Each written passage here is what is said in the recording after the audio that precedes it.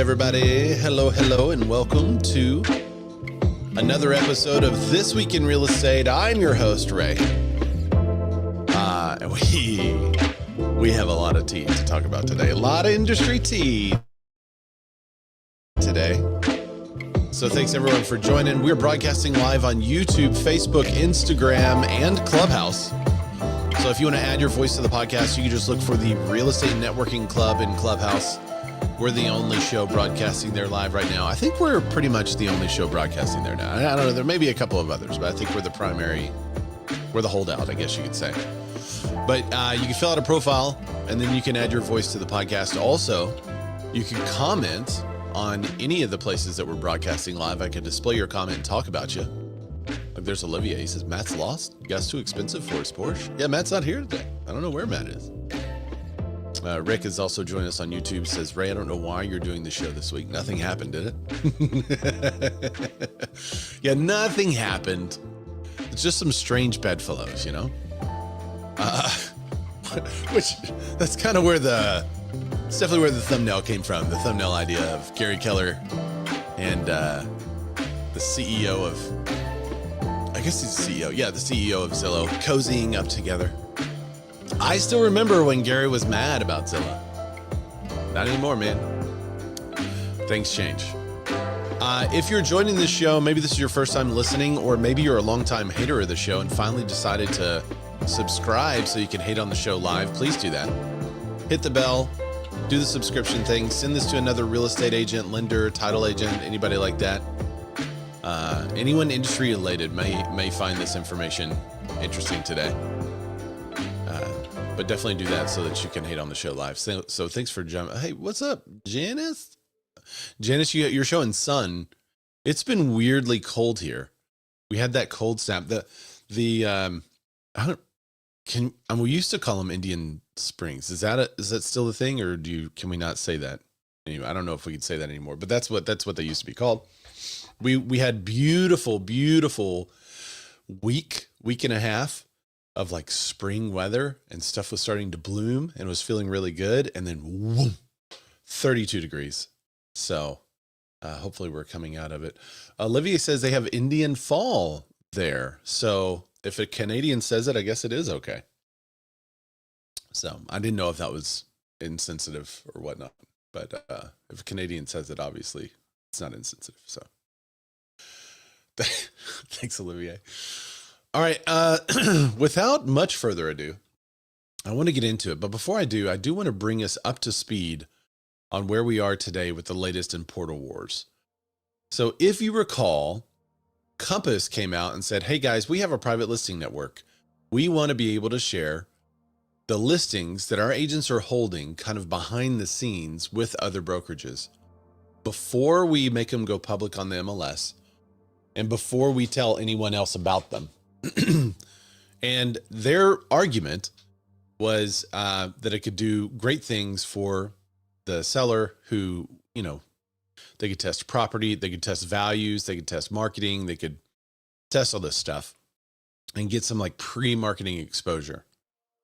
Now, this comes years after Clear Cooperation was in place, and Clear Cooperation said that properties had to be marketed. I believe the whole rule was 24 hours. Was it the whole rule 24 hours? Somebody correct me if I'm wrong there. I know in our local MLS, the local MLS rule here is 24 hours. But essentially, if you start to market a property shortly thereafter, you have to put it into the MLS for all agents to see it. So you can't market it publicly. Well, Compass wanted like a website, a little website portal that people could access.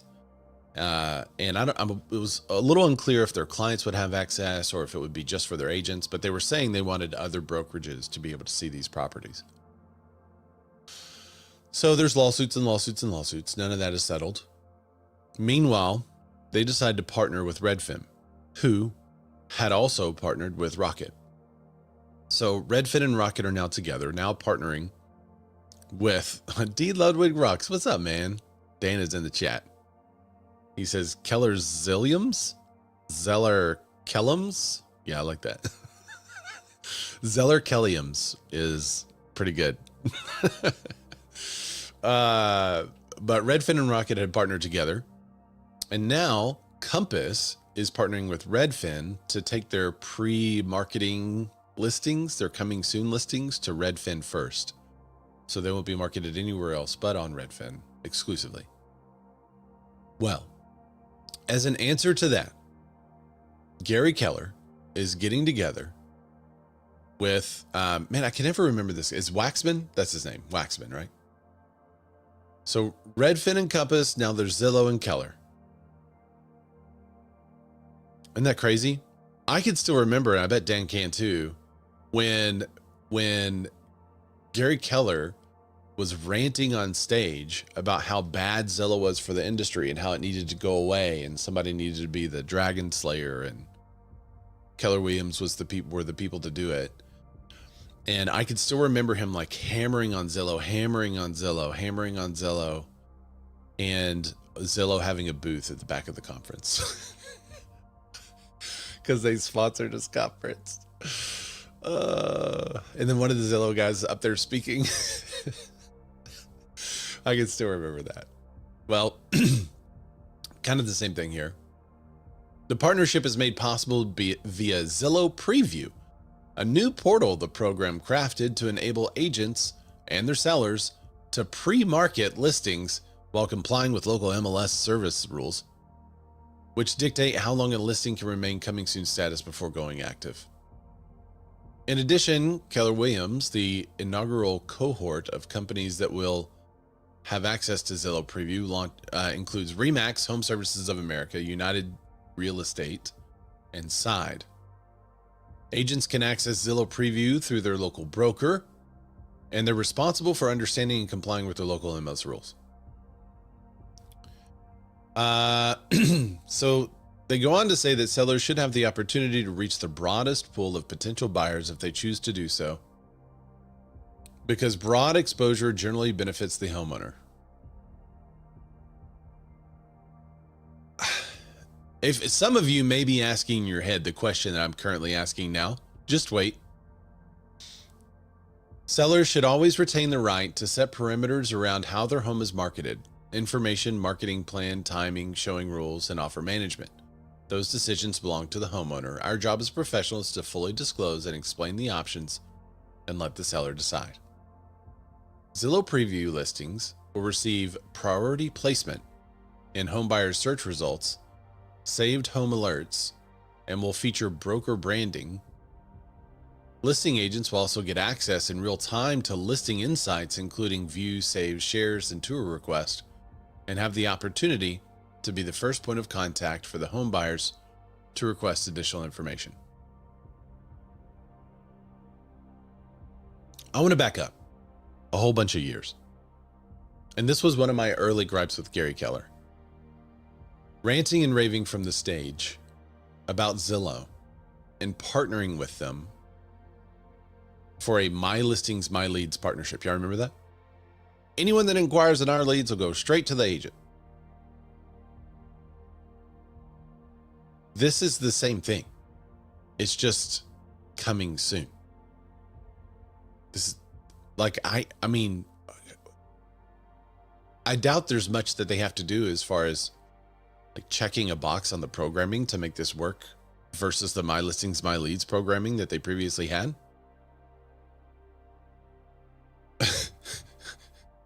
Zillow Preview listings will receive priority placement. Now, is that preview priority placement above the showing? What's it called?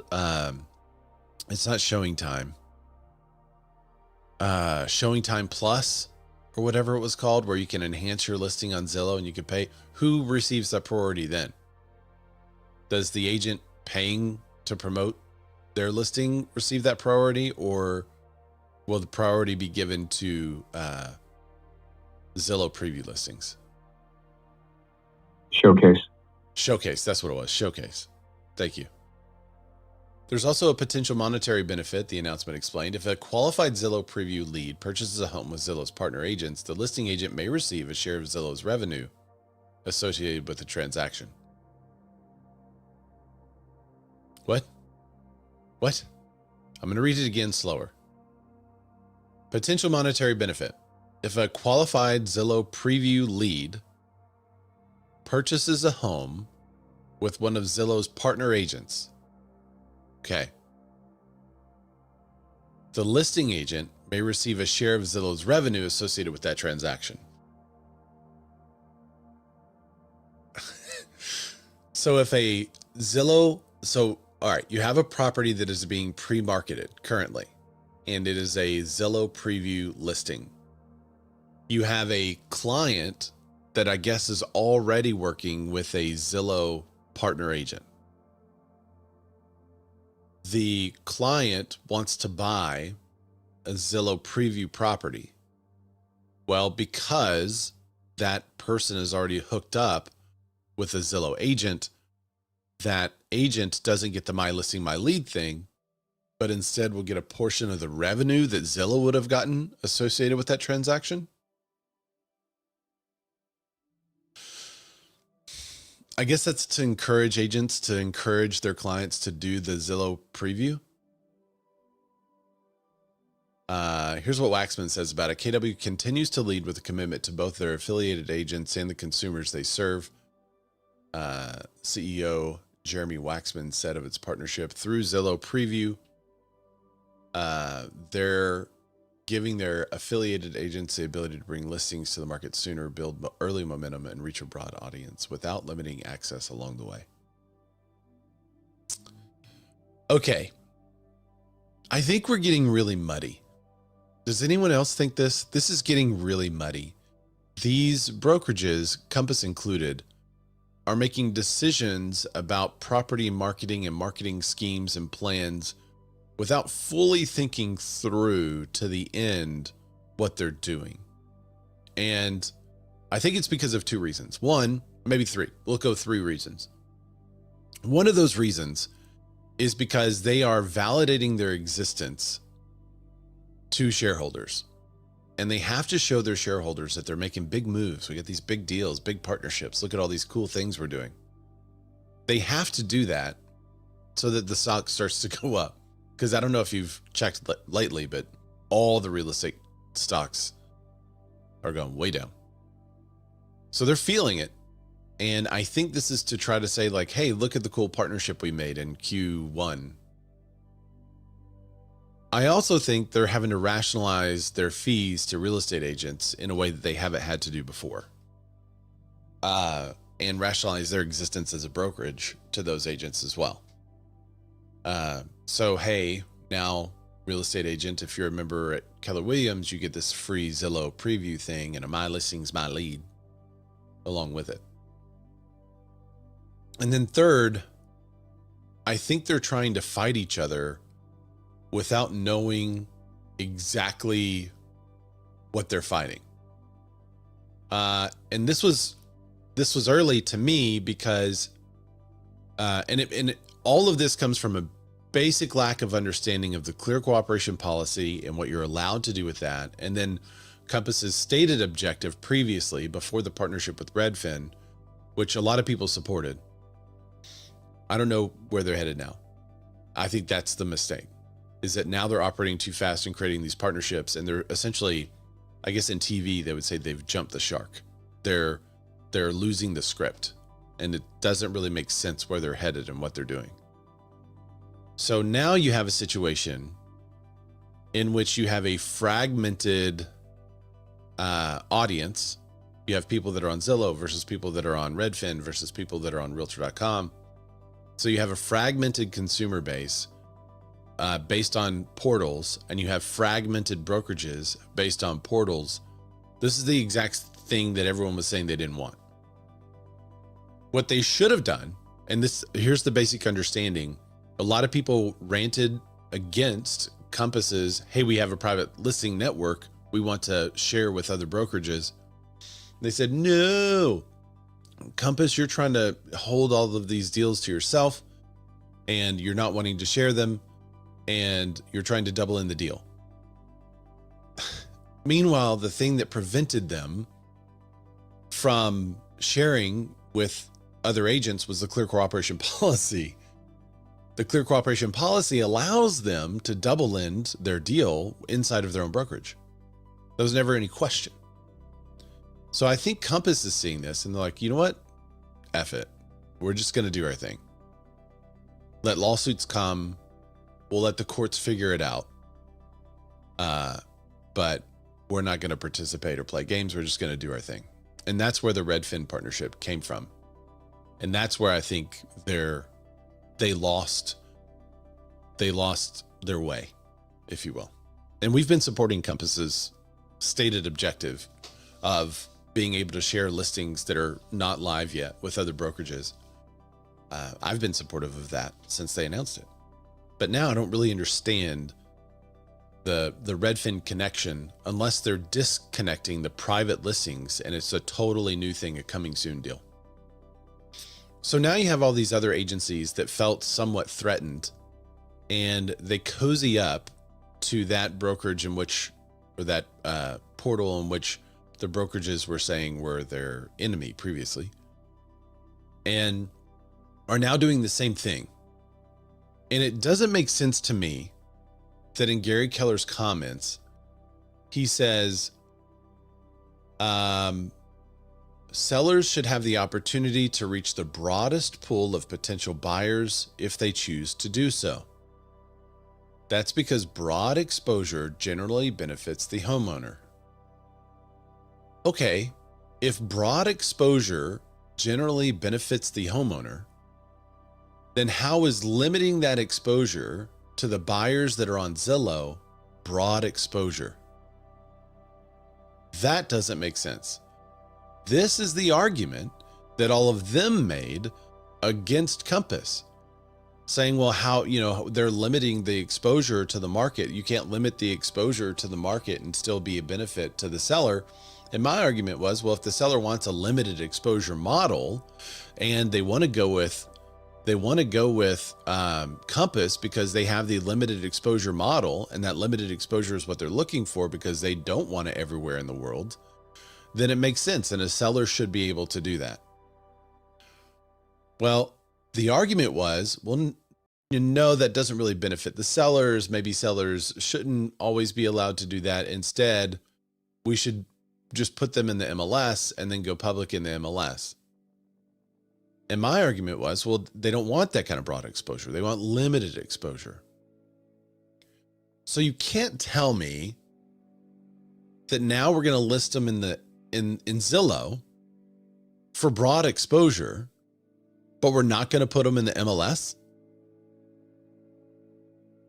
Well, what am I missing?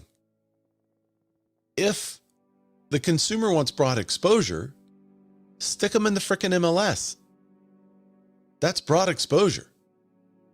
If the consumer does not want broad exposure, then retain them in a private listing network, and hopefully in the future we'll be able to share those with other agents. The coming soon, that's fine, but limiting it to one platform? Stupid. If they want broad exposure that their listing is about to go live, it should be on every platform possible. I don't understand why you'd make an exclusive deal. This is dumb. And somebody texted me and said, what's the purpose of this coming soon stuff? This is stupid. If it's coming soon, just stick it in the MLS if you're going to put it on the portals. This is the practical use of coming soon. You have a client that has a listing. They want to go live, but they're not ready yet. The house is not ready yet. Maybe they have a party this weekend and they're going to wait until after the party, or maybe they just got a few other things to figure out, but they want you to be able to tell people who are currently searching today, hey, our house is coming soon. The reason why that's beneficial is because you may have some buyers that were going to make a decision this week. Say, you know what? We're going to make a decision, but let's not make a decision this week. Let's wait on that house. Currently, I have a listing that is in my own private listing network of clients who want to go live eventually. Their house is not ready. They're moving out this weekend, but I have a friend that lives in the neighborhood. So I called my friend that lives in the neighborhood. I said, hey, there's a house in your neighborhood that I'm about to take live. If you have any buddies that you want to move into the neighborhood, let me know. I'd be happy to reach out to them. And he said, yeah, that actually matches something that a friend of mine was looking for. And I connected to his friend. His friend said, well, here, call my agent. So I called his agent. And they went from, we're thinking about making a decision on a house to, you know what, we're going to wait on that one. That's the purpose of coming soon. But we can't really do coming soon in Arkansas because it has to be, this is so stupid. You advertise coming soon, it's got to be in the MLS 24 hours later. So it's not coming soon. It's just listing tomorrow is what it should be called. So I have to keep it in a private listing network in order to use a coming soon thing. But that's the usefulness of a coming soon. A private listing network is somebody that they don't want to be public at all. They don't want other people to see inside the house online. They don't want to be listed online. And you put them in a private listing network that's, I wish, was open to only real estate agents or only the agents you choose, because sometimes they may not even want all agents to know about it. They just want to select few. Sellers should have that option. And the private listing stays private until they are either ready to go into the MLS, which for some people is after they move. I have clients that do foster and adopt and stuff like that. And they're like, okay, we're going to go buy this house. Once we close on that house, we will then move and then list our property, but we don't want people in the house because of their family situation. It's totally fine. So they're in my private listing network. So these tools are useful. A coming soon tool is useful because you're letting the market know, hey, this property is about to be listed. So if you have any buyers that are looking and this matches what they're looking for, wait, because we are about to take this on the market. I wanted you to know. And that is a good broad exposure product. What doesn't make sense is a coming soon with a limited market exposure. That makes no sense to me at all. And all of these companies that are doing that should just stop because it's dumb. If the company I'm at, Real Broker, ever did that, I would tell them the same thing. This is stupid. If you can do coming soon, your MLS allows you to do coming soon, then it should be a broad exposure policy. That's what that's for. Coming soon and private listing network is a totally different thing. Private listings do not want the broad exposure. So they shouldn't be listed publicly on a website for everyone to access. If that's the case, just stick them in the frickin' MLS. What are we doing?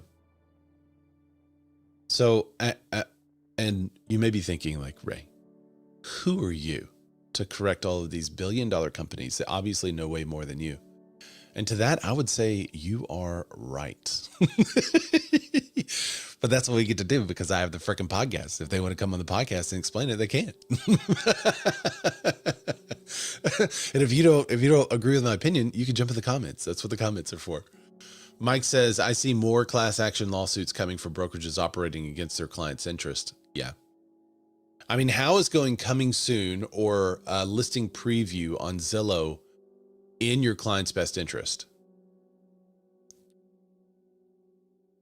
How is that? And I'm open to listening, but how is that in your client's best interest?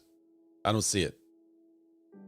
How is having a private listing network only listed on one public website? How is that even, does that even make sense? First off, Matt Lamar says, what the thumbnail is this? Yeah, it's a relationship, you know, they're expanding their relationship, Matt. And I thought it was appropriate. Got another word for it, but I can't use it here. See, I'll add it so I can show it to the show. It was like pulling teeth to get the AI you used to create that, by the way, because they were like, we cannot create images that even the depict... robots know that that's true. Yeah, here it is right there. There it is. Keller Williams teams up with Zillow. I went back and forth. Should I use team up or teams up? Keller Williams team up with, I think it's teams because Keller Williams is singular. So there it is. All right. We got some more takes. Here's a take, not really a take, but here's just an article from Brokerage Media on this thing. Zillow launches preview to expand visibility of pre-market listings. Oh, I did the wrong one. Let me go to this one. There we go.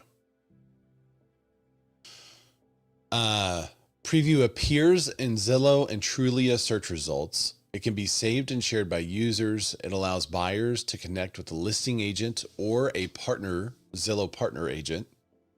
It enables tour scheduling before listing goes fully live. This or partner agent, that is interesting to me because it's definitely not really a my listing, my lead scenario if the partner agents are getting the leads. So that's interesting.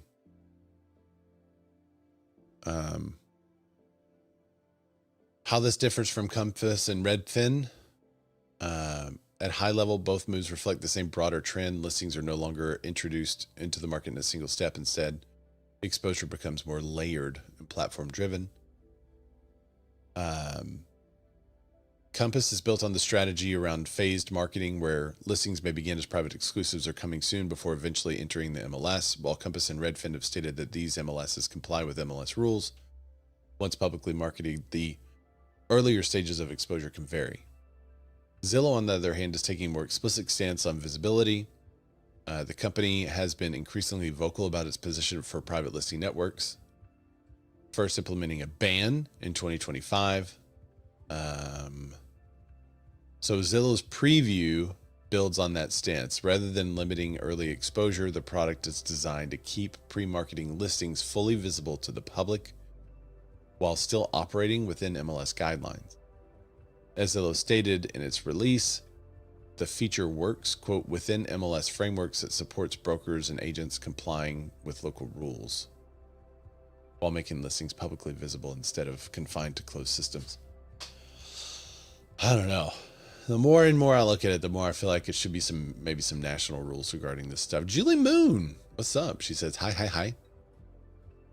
Welcome, Julie Moon. Brokerage support. Let's see, Eric Carlson of Remax. Remax is also going to be in it. Chris Kelly of HomeServices is already going to be in it. So how it works for agents. According to Zillow, participating agents can benefit from increased visibility through placement and search results and alerts, buyer connections with the option for consumers to reach out directly to the listing agent or another agent. See, that's what does it mean, or another agent? And revenue participation opportunities tied to transactions generated through Zillow's network. It's almost like an affiliate code on Amazon. Hey guys, use my affiliate code on Zillow so that I can get paid with anything you buy through Zillow. That would be rad. You'll see Ray Flex's Zillow partnership.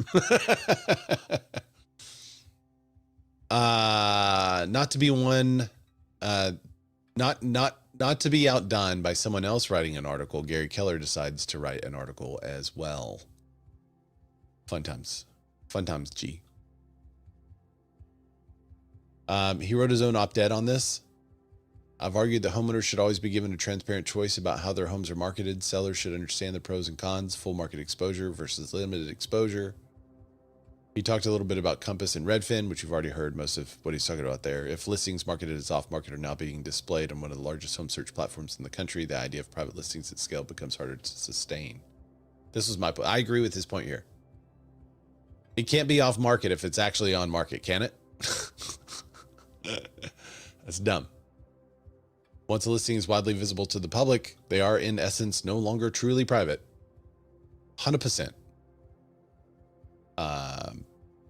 At that point, the conversation's no longer about private listings. It's about how listings are distributed. Okay. The bottom line is that real estate markets work best when homes are easy to find and buyers are free to compete. Now, then why make an exclusive partnership with Zillow? Why not say we're going to partner with everybody? That's what I don't understand. If it is about exposure because it's no longer truly private, then why do a Zillow exclusive partnership? I'd like to know what money was changed hands. Debunking the misconceptions. He said that the misconception is that sellers need a special private listing strategy to control how their home is marketed. They do not. While MLSs are an imperfect vehicle. Well, I mean, basically he just kind of says what we've already talked about. So I'm not going to belabor that too much. He said, "What we believe an open market serves consumers best. Sellers should have the opportunity to reach the broadest pool of potential buyers they choose to do so because competition benefits the seller. At the same time, sellers should retain the right to set perimeters on how their home is marketed." But is anyone out there? Is there a seller out there that is saying, "Hey, I only want to list my house on Zillow, no other platforms"? Like point to that agreement. Where's that piece of paper that you had them signed that they understand they're only going to be on Zillow as a coming soon and they're not going to be on any other platforms? I just doubt this exists at all. Now, I know some of you may be asking, well, doesn't Zillow have a rule against marketing publicly before putting it in the MLS? They do. It's a really good question. I'm glad you asked. As a matter of fact, Zillow Preview will exist in tandem with its listing access standards. The listing access standards are what they say that Compass broke and why they're not going to list any Compass properties. Even once they become public and on the MLS, they're not going to list those Compass properties that were pre-marketed because they say that the pre-marketing was for a limited audience and that's bad for the consumer.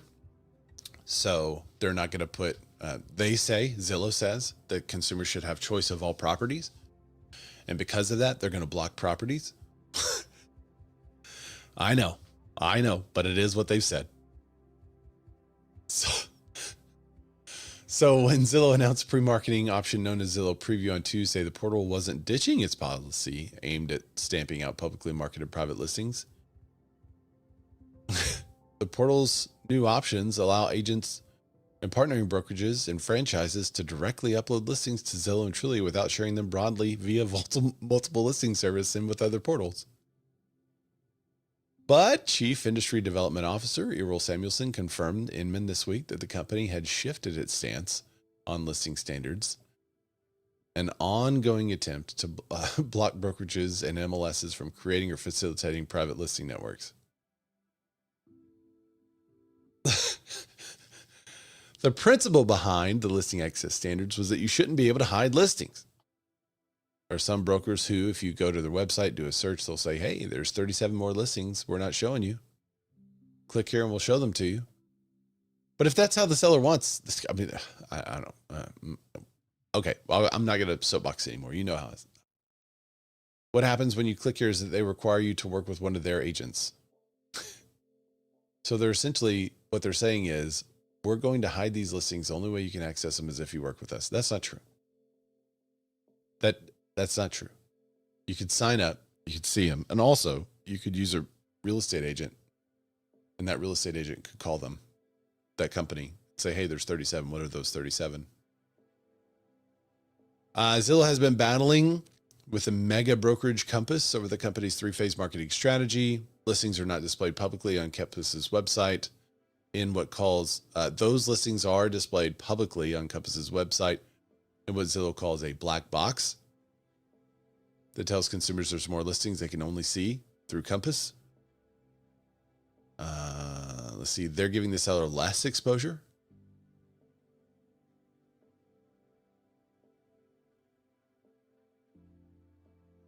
Those hidden listings still violate our listing access standards. So instead, now there's listings on Zillow that you can only find on Zillow if you sign up on Zillow. Makes sense. Zillow has also singled out that pre-marketing listings are allowed as long as they are displayed on a national consumer-facing search website like Redfin or Realtor. Agents at Redfin have been posting coming soon listings on their portal as part of their marketing strategy, alongside with coming soon listings from Compass brands. Those listings don't violate Zillow's policy and would be displayed on Zillow once they become active. So the only ones that violate Zillow's policy are the ones that are behind the black box, the ones that the Compass is in their private listing network, not the coming soon network. Okay. If you can't beat them, join them, I guess. That's the main refrain here. I'm not going to, I mean, I'll share this next article, but I'm not going to go into it too deep. HomeServices CEO says Zillow pre-marketing deal should be a pulse check for the industry. He says, I hope it serves a little bit of pulse check. Kelly said to Inman over the phone, everybody should take a moment and really assess the long-term implications versus the perceived short-term gains. I thought HomeServices was part of the Zillow deal. Yeah, they are. They are part of that deal. And now they're warning it about it. Okay. Other brokerages are testing their own strategies. Howard Hanna. I thought I had a Howard Hanna article somewhere, but it may we may not have. I may have gotten the boot. But they launched Hanna List, which is a private listing network that allows agents to share properties internally before distributing them more broadly to the MLS. This Hanna List is allowed by the Clear Cooperation Strategy or Clear Cooperation Guidelines, saying that you can keep things within your brokerage and not share them publicly. So I don't have any problem with that. I think that's smart. If you're a broker or a team leader and you don't have a way to share your private listings among your team, you're behind. So we're trying to polish that up on our side too, because the paper doesn't work very well. What's up, Jocelyn? I see you. Okay. Let's go next.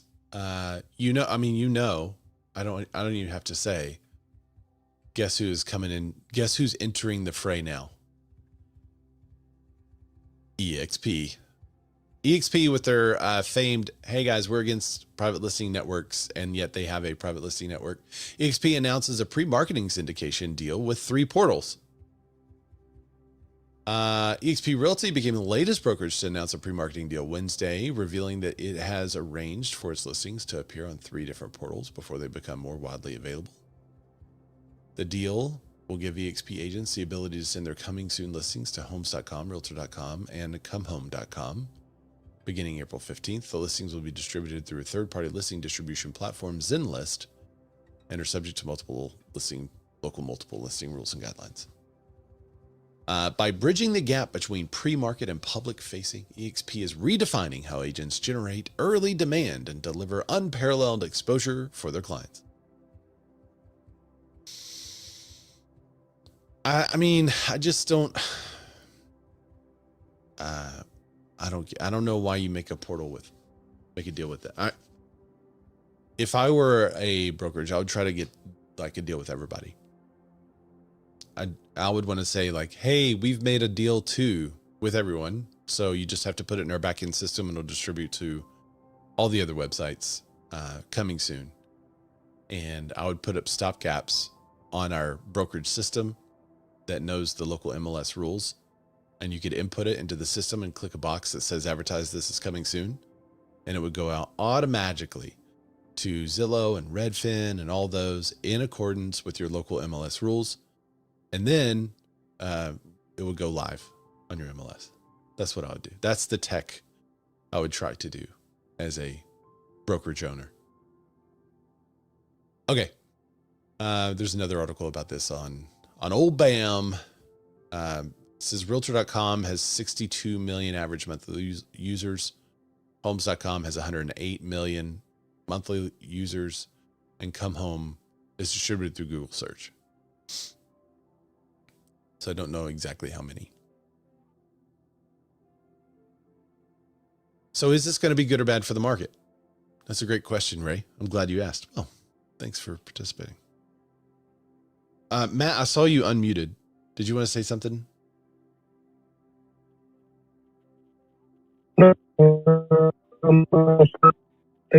Whoa, you sound like a robot. I can't even understand anything you're saying.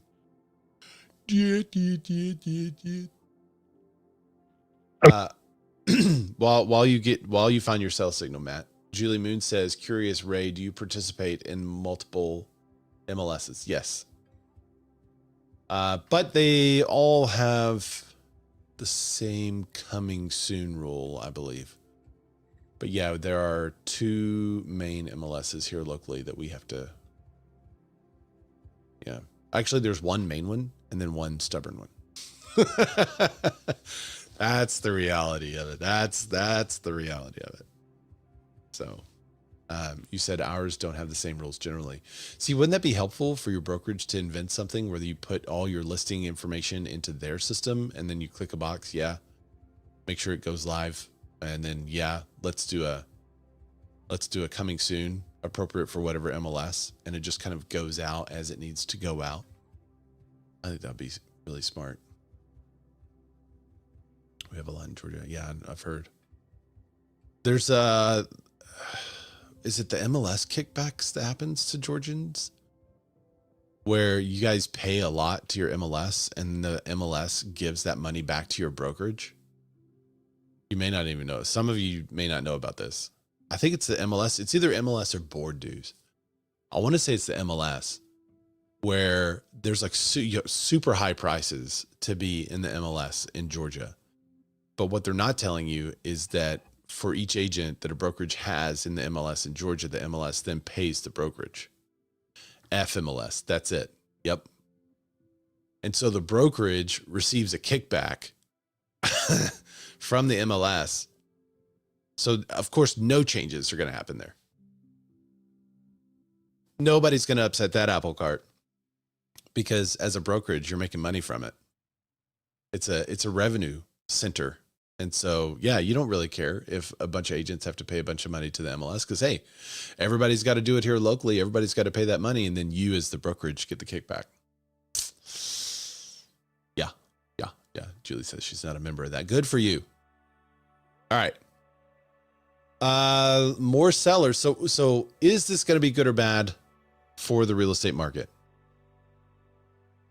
Well, Redfin, who just introduced this last week, is saying, yeah, this is going to be really good. You're going to see a surge, a huge surge. So sellers are now testing the market using the new coming soon program. Let me get to that. Actually, I think this is a better article for this. I'm going to switch the order on these two. Letting home sellers test the waters before listing could boost housing supply by as much as 12%. Redfin economists estimate that the annual housing inventory could increase 6 to 12% in markets where home sellers are given the flexibility to test out pricing strategies. Private exclusive and coming soon listings or phased marketing before formally putting their home on the market. So, of course, I mean, they're going to be a proponent for the strategy that they just made part of their policy and part of their business model. But I would say they're right. It's just like the Make Me Move listings that I don't know if do those still exist on Zillow? The Make Me Move where somebody could say, yeah, I'll move, give me $1 million and they can list their home for whatever. And as agents, we used to use those Make Me Moves all the time. So I'd be like, hey, I don't have $1 million, but I got somebody that's willing to pay $600K. Like, oh, really? I might be interested. Okay. Jim the Moon says, good for who? Yeah. Well, if it adds additional supply, that's pretty good. That's pretty good for buyers. I think the other part of this that we really need to explore is coming soon should be operationally different than live and active on the MLS, shouldn't it?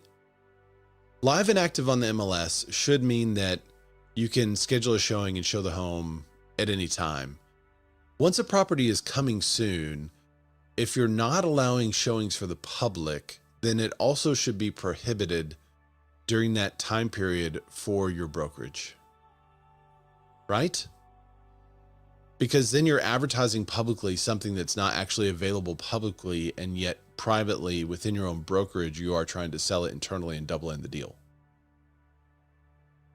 So I feel like coming soons should be functionally or operationally different than a private exclusive. Private exclusive, you can open it up or close it up to whoever you want. It's private, it's exclusive. You're not trying to market it publicly to double in the deal. You may be trying to market it privately to double in the deal, but hey, if that's what your seller wants you to do, fine.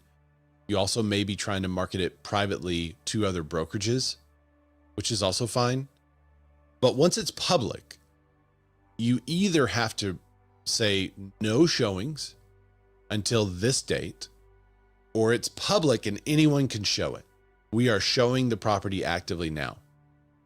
And if you're showing the property actively now as a coming soon, then it's not really coming soon. So instead of coming soon, it should be at that moment, just a public regular listing. So I think there needs to be some definitions given to these terms, maybe from NAR, maybe from, I'm sure it'll happen from a couple of court cases and lawsuits. So get ready. But it just doesn't make sense to have coming soon if you're actively showing it as if it's just listed. Julie Moon says, so what we're talking about in Zillow and Redfin are not coming soons. They should call them sneak peeks. It's not coming soon. It's off market. Well, so Redfin, was it Redfin? I want to say it was Redfin's article made a distinction between coming soon and private listings. And I think Compass also makes that distinction, is that they are, but if they're showing them, if they're actively showing them, then I think they should be functionally different. So, because it is, an off-market private exclusive should probably not be on one of the largest public search portals in the world. Right? Then it's not real private, as Gary Keller was saying. I agree with his point on that. But then why are we doing this? And if it's coming soon, and yet you're actively showing it, it's not coming soon. So it's a misnomer. You're just trying to get placement at the top of the Zillow search for a while.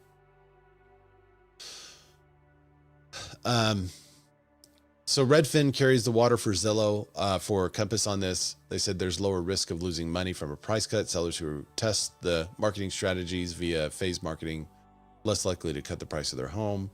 Lower risk of your home lingering on the market. Sellers who test with a phase marketing are less likely to see their home sit on the market.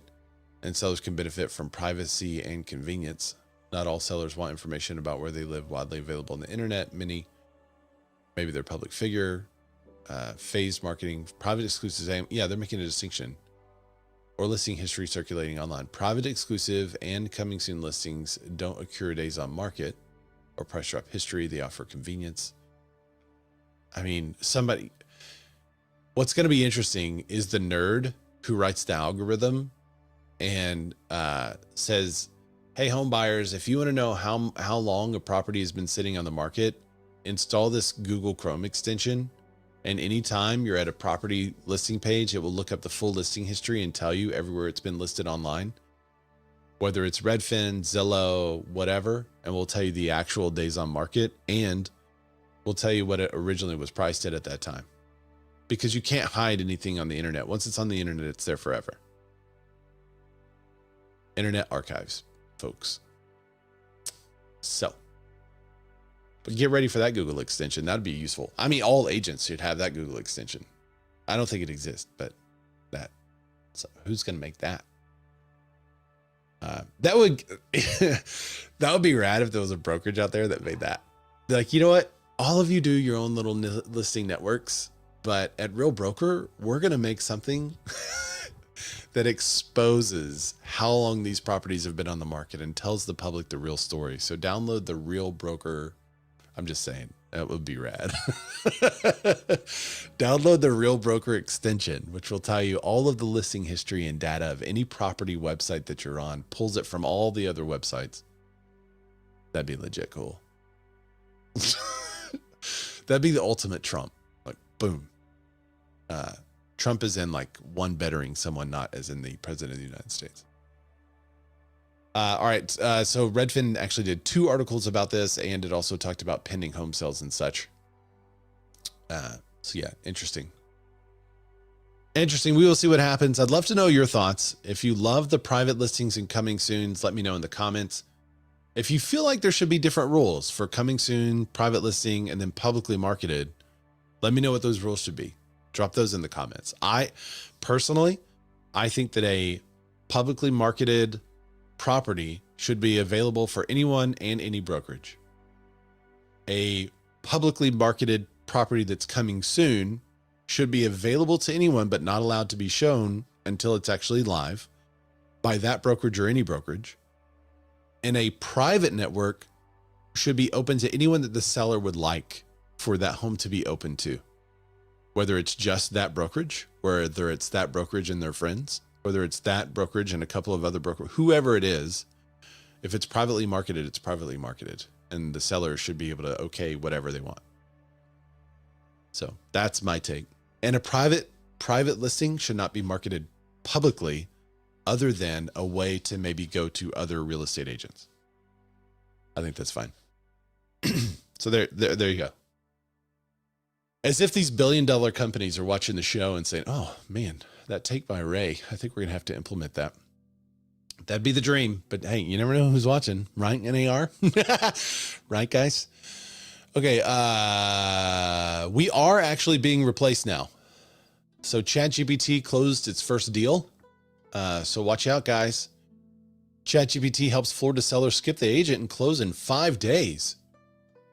Robert Levine didn't hire a listing agent when he decided to sell a South Florida home recently. Instead, he opened up a chat window and let artificial intelligence guide the entire process.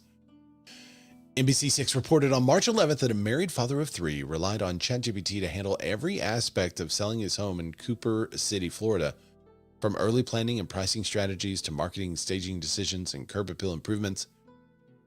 And it worked very well.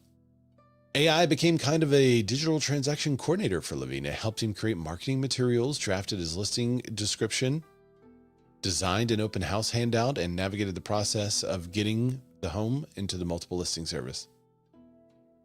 What's sad about this is I know some of you agents that use it for all this. If you're using your AI for this, you're using it for that's the lowest possible use case for real estate agents. Within the first 72 hours, Levine had 5 offers. He held a open house that Saturday, and by Sunday morning, just 5 days after the listing, the home was under contract. Even that contract, Levine said, was generated with help from ChatGPT. That's scary. Levine did bring a real estate attorney to review the final paperwork. But beyond that, he said AI handled most of the heavy lifting. Cost savings were a major motivator. Levine estimates by using AI, he saved about 3% of the total sales price. Let's see. Levine's decision to sell his property using ChatGPT instead of a real estate agent has sparked online debate in the industry. But one commenter argues that the real disruption is what most people think. In recent analysis, the real estate strategist Bob Hahn, notorious ROB, said the viral story is being misread as an example of AI replacing agents. In reality, he argues that the transaction followed a familiar playbook: for sale by owner deal supported by a flat fee MLS service. This was an assisted FSBO sale. One happens every single day in the US, Hahn writes. NBC6 News would have been more accurate with the title story: Man uses Buycome's enhanced package to sell his Florida home. But that would not have drawn eyeballs. So that's the reality. And the notorious ROB points it out wonderfully. It sounds like, as I started the article, real estate, we are being replaced. ChatGPT closed his first deal, but it didn't. ChatGPT guided this guy to use a flat fee service. And then he used that flat fee service and sold his property. Now, maybe he was assisted with the, writing a property description, but does anyone write anything anymore? I mean, that's not unusual these days to use AI to write something. How many of y'all sit down and write a long piece of anything anymore? Probably zero of you watching the show right now would sit down and write a piece without using AI for some or part of it, or all of it. One of the greatest things I use it for is voice to texting my thoughts and then having it type and format, because I don't want to do all that typing and formatting. But I can voice to text. I can say something really fast and get it out there, and then boom, copy and paste it into my text. And it's a lot more seamless. It's a lot more like right on. So it sounds terrible, but it's not really that terrible.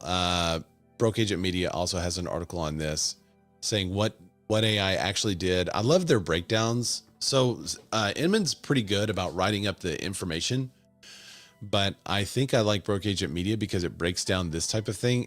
And I wonder how much of that is AI, because when I use AI, it does these little nice bullet points for me. So building a timeline and a prep plan, identifying value boosting updates, writing a listing and marketing material, creating open house materials, understanding how to list in the MLS, coordinating showings, and help generate the purchase contract. So it's saving 3% of the sales price, which makes me wonder if there was an agent on the other side of this deal. He then says he used the ChatGPT to write up a contract. So that makes me think maybe he did not have real estate on the other side of the deal drawing up a contract. So I'm a little bit confused about those two things. I want some additional information there, but I couldn't really find anything that said this. So if you know, I would love to know. So, and then it goes into like how agents can use AI, but we know that stuff. All right. So one of my big takeaways from my meeting with NAR a couple of weeks ago, and if you missed last week's show, you should check out last week's show because I detailed the meeting I had with NAR and what happened in that room. And it was interesting, surprising to say the least. And StreamYard really needs, so whenever I go from a shared screen to just me, it takes a little while for StreamYard to pick that up because it makes it like choppy and now I'm already going to switch to another view, but I wish StreamYard would fix that. Anyway, so one of the people I got to talk to was our chief lobbyist, Shannon. Her last name is McGahn, McGahn. There were 2 executive orders recently signed by President Trump affecting the real estate industry.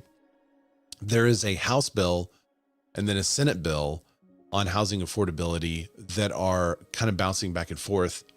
And it has to do a reconciliation, meaning they look at both of these bills, they combine what areas can be combined, they cut what areas can be cut. So that's the current status. And one of the big sticking points that I thought was interesting is something that one of the senators said about these housing bills. There's the right article. Right now, Trump would like for institutional investors not be able to purchase residential properties en masse like they had been. For some of you in the country, they're like, oh my gosh, I've got a seller that would love for an institutional investor to come by and purchase them. For others of you in different parts of the country, you're like, they buy 20%, 25% of the homes here, like Atlanta. So my Atlanta friends are really feeling the pain of these institutional investors, while my other friends, places of Texas, they're like, no, we'd love an institutional investor to come and buy a bunch of stuff here because there's too much. But one of the things that is in I believe it's the Senate bill, is that institutional investors have to sell properties that they hold within 7 years. They have to basically divest. And I don't necessarily think that's a good idea. If that happens, it's going to add a little too much inventory to the market, and it will start to put downward pressure on home values. And that is not something that NAR wants for sure. However, there's some workarounds and stuff. So they're trying to figure this out. They're trying to work around it. This article, I'll just be real brief on it. There's a part in it talking about mortgage lending. National Association of Realtors welcomes efforts to expand access to mortgage credit and ensure qualified home buyers are not unnecessarily shut out of the market.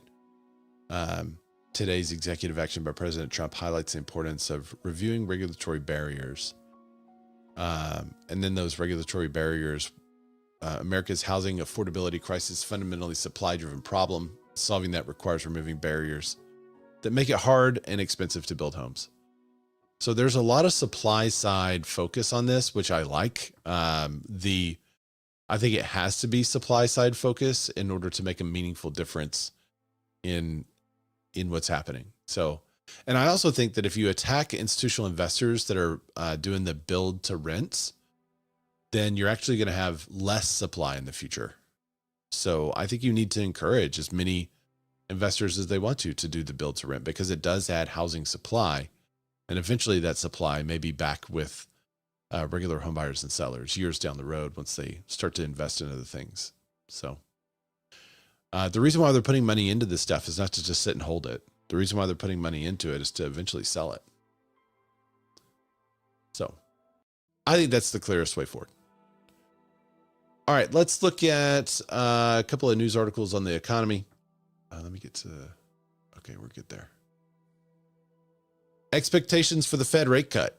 You guys excited? Are we going to do the Fed rate? Is it going to be cut? Maybe not. Maybe not. Expectations for the Fed rate cut get pushed back after a hot inflation report. Now, if you recall from the prediction special, I believe it was the prediction special that we did in the last show of December, there was someone that was super wise that said, I doubt we'll get very many rate cuts from now until the time when the Fed changes hands in May. And I think this is, again, one of those. I think there's other things at play here. And I said, we'll find out if they play politics, because if they play politics, there won't be a rate cut. Boom. Look at that. Expectations for the rate cut get pushed back. Not a surprise. Hotter than expected wholesale inflation reading for February had traders contemplating a possibility the Fed Reserve won't be lowering rates at all this year. I don't know about it all. I think once the new guy gets in there, there's going to be a big cut, and then they're going to hold steady for a while. Following the Bureau of Labor Statistics report that the producer price index posted its biggest gain in a year, futures markets took any realistic chance of a cut off the table until at least December. Even then, odds of reduction at the Fed meeting, the year fell out to about 60%. Wholesale inflation reading likely reinforces the hold on decision by the Federal Reserve later today, but tilts the risk towards a more hawkish tone in today's FOMC statement. Prior to the war that began February 28th, traders have been looking for interest rate cuts in both June and September, with the outside possibility of at least one more in December. I don't think so. I mean, there were some people saying that, but I think most people said that they did not anticipate a big Fed rate cut at the beginning of the year, but maybe a couple towards the end of the year. But I tend to think that as soon as the new guy gets in there, there's going to be at least one cut. So I think it'll be a 50% or a 50-point cut, and then he'll just hold steady from then until the end of the year. That's what I think is going to happen. So you can say, see, we did it. Let's see. Here's what changed in the Fed statement. Breaking. Okay.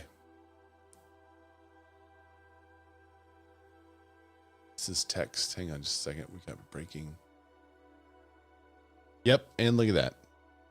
We do have some breaking news, so hang on. Stay tuned.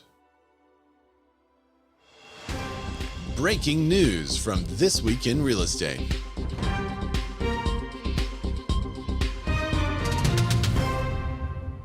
That's right, just as predicted.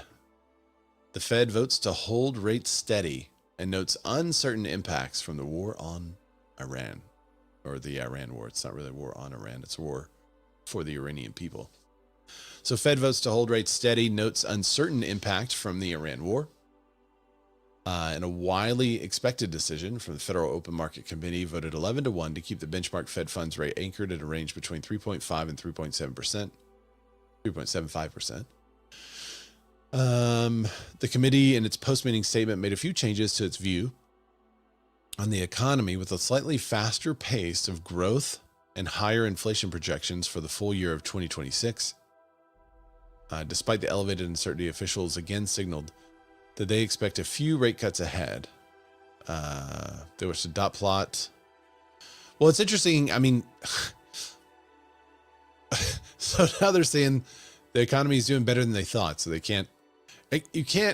it's really difficult to argue both sides of the coin and at the same exact time. Isn't it? Or is it just me? I feel like it's hard to do, but that's the argument that's currently being made, is that, hey, the economy is terrible. Look how bad the economy is. And then the Fed's like, hey, the economy's growing a little too fast, so we're not going to cut rates. What? Which one is it? Is the economy terrible or is the economy great? Because if it's terrible, you want to cut some rates. If it's great, you're worried about inflation. You want to keep those rates right where they are. Stupid. All right. Mortgage rates, they also surged its highest level since September, hitting the spring housing market. So mortgage rates surged to its highest level since September. Just 2 weeks ago, the rates dropped to match a multi-year low, briefly touching 5.99. They surged to their highest level, hitting a 6.41%. This is counterintuitive for those who expect bonds to serve as a safe haven in times of uncertainty, but when war has had direct impact on inflation expectations, it's more than enough to offset any safe haven benefit. Matthew Graham. Mortgage rates loosely follow the 10. Mortgage rates loosely follow the yield on the 10-year Treasury, which was up again Friday.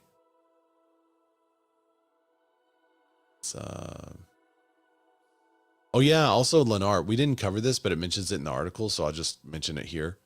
Lennar, one of the nation's largest home builders, reported a disappointing first quarter earnings. The CEO Stuart Miller described headwinds for the broader market, including high mortgage rates, constrained affordability, and cautions consumer sentiment, and a geopolitical uncertainty, especially now including the recent conflict in Iran. And the reason why I'm laughing, I'm going to do this out of order, is because there's another article on Redfin that says Iran conflict stalls big purchases like homes and cars for 1 in 4 Americans. Most are undeterred. So there you go. 1/4 of Americans are canceling or delaying buying a home due to the war. I haven't had anyone cancel or change their plans due to the war. There's been 0 of our clients that have had any impact. I have had some military moves that have said, we're not sure if we're coming or not coming. I've had that happen. But yeah, no one has said we're done. February pending home sales rose 1.8%, beating estimates. So more buyers are going under contract, but caution remains. Pending home sales inched higher last month as affordability improved, but new challenges are emerging. The slight monthly gain of pending contracts appears to be driven by improved affordability conditions. However, those conditions could reverse if higher oil prices lead to an uptick in mortgage rates. Yeah. All right. Any comments on that stuff before I get to the last article? Is kind of goofy. I just thought it was interesting. I would love to hear what's happening in your market specifically. That's one of the benefits about the show, is that getting people from all over the country to tune in. And I feel like y'all have a lot more actual knowledge. You know, you're saying this is actually what's happening in the market. It's just not a number, and you're putting a lot of context in with the numbers. So I'd love to hear that. Drop it in the comments and let us know. Are you a Trader Joe's neighborhood or a Walmart neighborhood? Trader Joe's or Walmart? Trader Joe's versus Walmart. What your neighborhood grocery store means for your home price. TJ's. TJ's? One of my friends said what they love most about Trader Joe's is the ability and opportunity to go to another grocery store after to get everything else that you need. So true. You gotta know the floor plan to make your list prior to know what you can and can't get. Mm-hmm. Yeah. I didn't know what Trader Joe's was. Years ago, there was a huge line, and there was a Trader Joe's that was coming. And there was a gigantic line to get in, and we got in, and I videoed it. I was like, oh, it's just a grocery store. I didn't get it. I still don't get it to this day. They just got weird stuff there. Oh, they're like, I love dumplings. And so I got some of their dumplings that you can either steam or fry in a pan. And then I got some of their spring rolls to go with the dumplings. And I believe we also got some rice there too. We just kind of picked up everything there because I was in a hurry. So got everything there, come home, cook it. And it all tasted the same. It was all almost the exact same. It had almost the exact same vegetables, the exact same flavors. And that was the last time I had ever made major purchases at Trader Joe's. We'll go by there every now and then and get something that we will like that we know they have, but there's not a lot of, we don't do any bulk shopping at Trader Joe's. All right. You'll have to correct me if I get your name wrong, but I think it's Jose Quartarsi. JoseQuartasre. I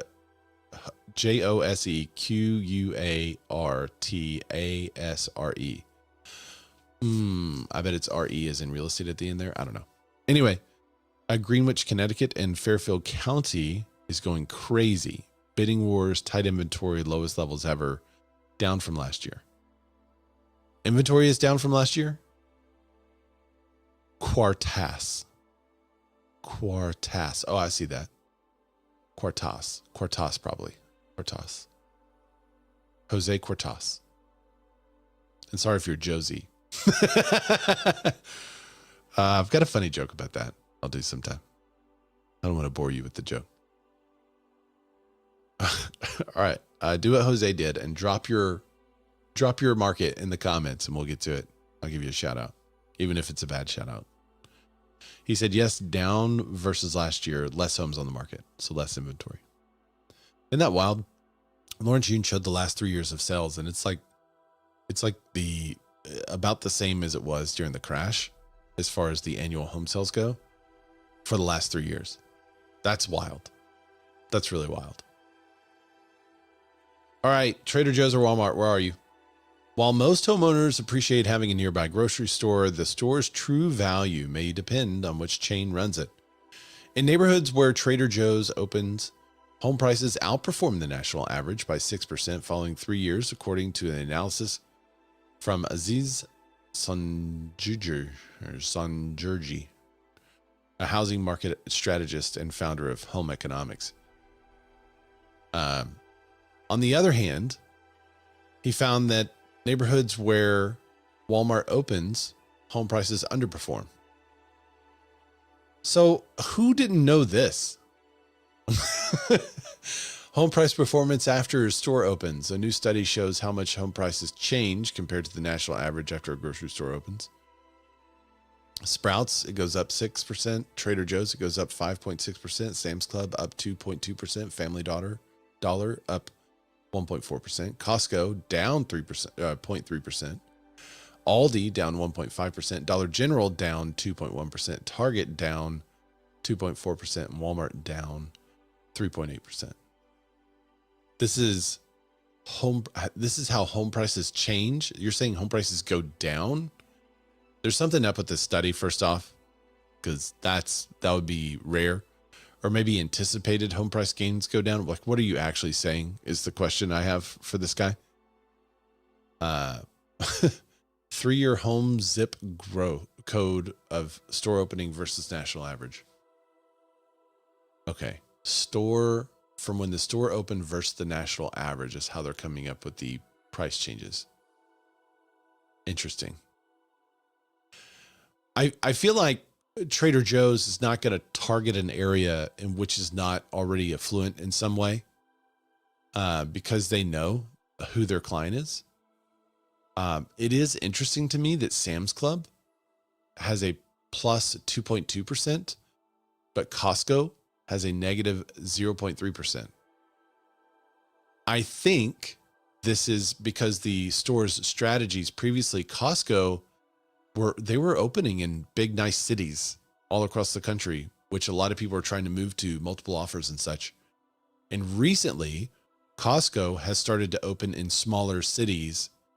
And so that is probably why you see a 0.3%. It's because Costco, they've changed their strategy of where they're opening their stores. Likewise, Sam's Club made their billions on small cities and are now opening in larger cities. So I think that's why you see a plus on the national average for Sam's Club. So I wouldn't look too much into this other than if you're driving through a neighborhood and you see a Trader Joe's, obviously they thought it was affluent enough to open a Trader Joe's there so they could overcharge for little dark chocolate peanut butter Reese's cups. Drop your favorite Trader Joe's stuff in the comments. And what is your Costco go to? What is your Sam's Club Costco go? What is the thing you're like, oh, we always go there for that? Aldi's has real good produce. All right. Thanks everybody for joining the show this week.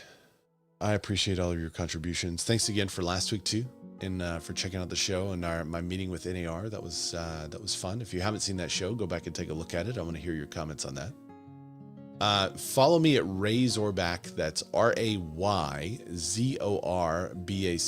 over on Instagram. And if you have any comments of the show, you can either drop them wherever you're seeing this show. If you're on Instagram, I think that stuff goes away. So I don't really know if I can keep the comments on Instagram, but you could always send me a message on Instagram. But if you're following this on Facebook or YouTube, you can drop the comments and I can get to you on there. So Janice says, he's a contract attorney. Oh, I don't know who's a contract attorney. You may be behind on you may be watching some of the replay and you'll be like, oh, he got to that at the very end. Sorry.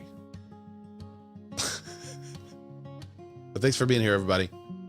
I will see y'all next week. Oh, if you're going to REVB in Nashville, that is April 8th and 9th, please let me know. REVB in Nashville. Anyone going? I'd love to connect with you all in there. I'll be going. All right. Bye, everybody.